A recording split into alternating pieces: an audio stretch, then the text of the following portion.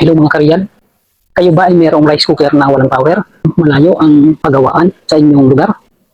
Kahit hindi po kayo marunong mag-repair, hindi kayo technician, pwede niyo pong i-repair ang rice cooker na walang power.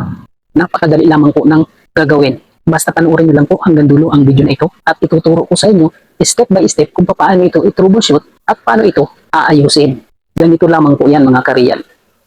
Una, checkin natin ang resistance ng rice cooker circuit. Gamitan ng ohmmeter, lagi tayong nagsisit sa times 10. Ito, i-calibrate natin ang tester. Ayan, nakatapat sa 0, calibrated na. Bitawan, gumagana siya. Ayan o. Okay, dapat may resistance po tayo na masukat dito sa dalawang terminal ng AC plug ng rice cooker. Ikabit ang dalawang test probe. Ganyan. Tapos pindutin po natin yung switch. Tingnan natin kung magdi-deflect yung meter pointer. Ayan. Walang reaction yung meter pointer. Pagka ganyan, nakapress na siya, tapos ayaw. Yan. Normal yung switch. Ganyan. Nakapress na siya pero hindi nag-deflect yung meter pointer. Walang resistance na nasukat. Open po yung connection sa circuit. Kahit isaksak po natin yan sa outlet, ay hindi po yan gaganap kapag hindi gumalaw yung meter pointer. Subukan natin ay isaksak sa outlet. Ayan.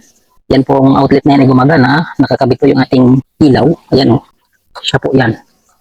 Connected po yan dyan. Ito. Isaksak natin ito. Ganyan. Ayan o. Yung cable niya. Pindutin natin. Dapat ay magkaroon ng indicator light dito. Yan. Wala. Open circuit po yan.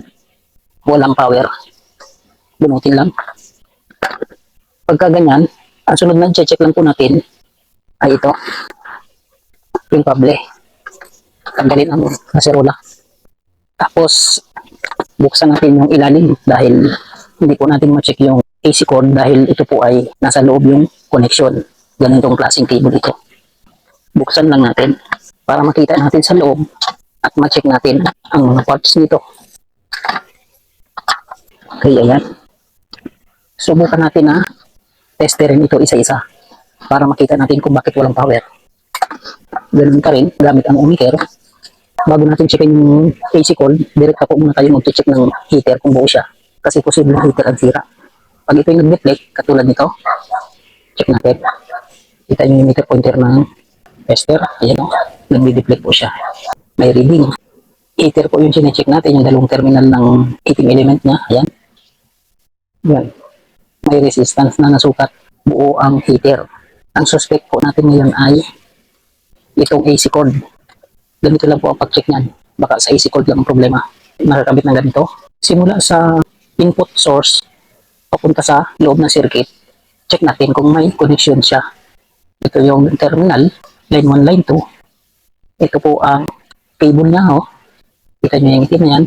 So, ito po yung thermal fuse. Tingnan natin kung buo ang thermal fuse. Makakabit pa rin yung isang test probe sa dalawang terminal. Ganyan naka-short. Tapos, check natin ang kabilang dulo na nakasiris yung thermal fuse. Ito.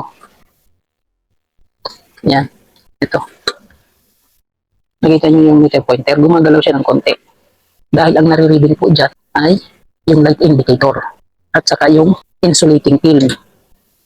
Pero ang thermal fuse, open. Dahil kung yan po ay good condition, ito yung thermal fuse, yan nakabalot sa plastic tube niyan, dapat po yan ay sumagad dito sa 0.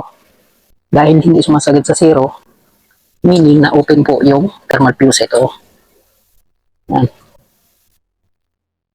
Okay? Yan po yung isang linya ng AC cord. At yung pangalawang linya ng AC cord, dahil dalawa po yan, nandito yung isa. Ito. Dapat po ay sumagad din yan doon sa 0, sa bandang kanan. Subukan natin ito. Ayan. Sumagad po sa 0. Ayun o. Kita yung meter pointer. Yun. Sumasagad sa 0. Good yung isang linya. At itong isang linya na nakasiris ang thermal fuse ay open. Dapat parehas na sagad yan sa 0. Kaya pala walang power dahil open ang thermal fuse. So, ang gagawin po natin dyan ay papalitan natin ito ng bagong thermal fuse. Palitan muna natin. Tanggalin lang dito sa pagkakatornilyo sa isang paan ng heater. Tandaan lamang yung connection. Kung baguhan kayo, para hindi makalimutan at hindi maligaw sa pagbalik, picturean nyo muna para hindi kayo nalilito. Ayan. Ganyan. Tapos, bunutin natin yung tube. Ito po yung thermal fuse. i-confirm natin yan kung talagang open. Ito yung thermal fuse. Dapat yan ay sumagad sa 0. Ito. Hindi po gumalaw yung meter pointer natin. No? Ibig sabihin yan ay talagang open siya, sira. Palitan lang natin yan. Dito na lang po natin putulin at dyan natin iduduktong yung bagong thermal fuse. Ito. Yan. Tapos ito yung bagong thermal fuse. I-double check natin kung good siya. Ito. O yan. Gumagana. Good ang condition. Ganyan dapat ang nasusukat sa thermal fuse. Sagad sa 0. Pagduduktungin lang po natin ito. Terminal ng fuse at itong wire na galing sa isang linya ng AC cord. Ipulupot lang natin ng ganyan.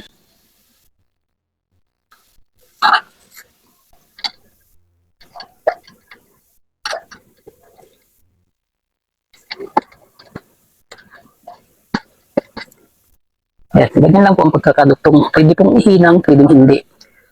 Para sigurado tayo ay ihinang natin. Higpitan lamang yan dahil pagka yan ay maluwag, mag-i-spark po yan dahilan para mag-init, masunog ang linya. Nakakabit na. Ang gagawin po natin dyan ay babalutan po natin yan ng spaghetti tube. Ito medyo malaki. Basta kumasya lang yung fuse. Sukatan lang simula doon hanggang dito. Ipasok ng ganyan para maging insulated siya at hindi mag-short circuit. Tapos ibabalik natin dun sa pinagtanggalan ng kabilang terminal ng fuse connected sa isang terminal ng heater. Ganyan. Higpitan lang po ang pagkakabit ng tornilyo para hindi mag-spark kung sakaling siya ay maluwag. Yan, ganyan. Subukan natin testerin sa AC plug. Ito, pansinin yung meter pointer. Ikabit ulit ang gas probe ng ganito. Ilagay lang ang kaserola. Kung walang kaserola, pwede na idiin lang yung magnetic temperature sensor na yan para dumikit yung magnet. Pero kung may kaserola naman, pwede kaserola na lang ang ipatog dyan. Kailangan kasi nakalubog yun. Pansinin yung meter pointer, gumalaw ng konti. Dahil nasusukat na niya yung insulating film at saka yung light indicator. Dapat magkaroon ng resistance ng heater. Ito, pindutin natin. Yan. Kita nyo? Pumalo na yung meter pointer. Yan o. Tanggalin ang kaserola. Ayan. Pindutin ulit itong switch. Yan. Nagkaroon na ng resistance mga kareal. Pagka ganyan, normal na po ang reading yan. Pwede na po natin yan na isaksak sa outlet pagka ganyan ang reading. Good na po ang ating rice cooker. Subukan natin na isaksak ito sa outlet. Ilagay na muna ang kaserola. Ayan. Saksak natin. Ayan. Nagkaroon na ng kulay orange. Pag pinindot yan, dapat maging red. Ayan. Pag mainit na yung heater, tuloy-tuloy na po ang pagluto niyan. Ang sitwasyon na yan ay nagkukuk na po siya. Nakailaw na yung cook. At pagka nag-init na ang kaserola or natuyuan na ito ng tubig, lilipat na siya doon sa warm. Hintayin lang natin. Nagpapawis na siya. Yan po yung may kaunting basa sa loob. Kaya meron siyang moist. Pag na-reach na niya yung tamang init, magka-cut off na po yung switch niya. Aangat itong switch knob, lilipat na siya sa warm indicator. Ayun mga kareal. Lumipat na yung light indicator sa warm. Nag-i-in na po yung ating rice cooker. Bunutin muna. Ayan. Ganun lang po ang pag-repair ng rice cooker na walang power. Pag-like and share naman po ng video na ito para malaman din ng iba. Kung gusto niyo pang matuto sa mga ganitong klaseng gawain, subscribe na rin kayo. Ito po ang aking channel. The real life Vickers Real Glow expresses the reflections of a common worker, driver, technician, and a barber.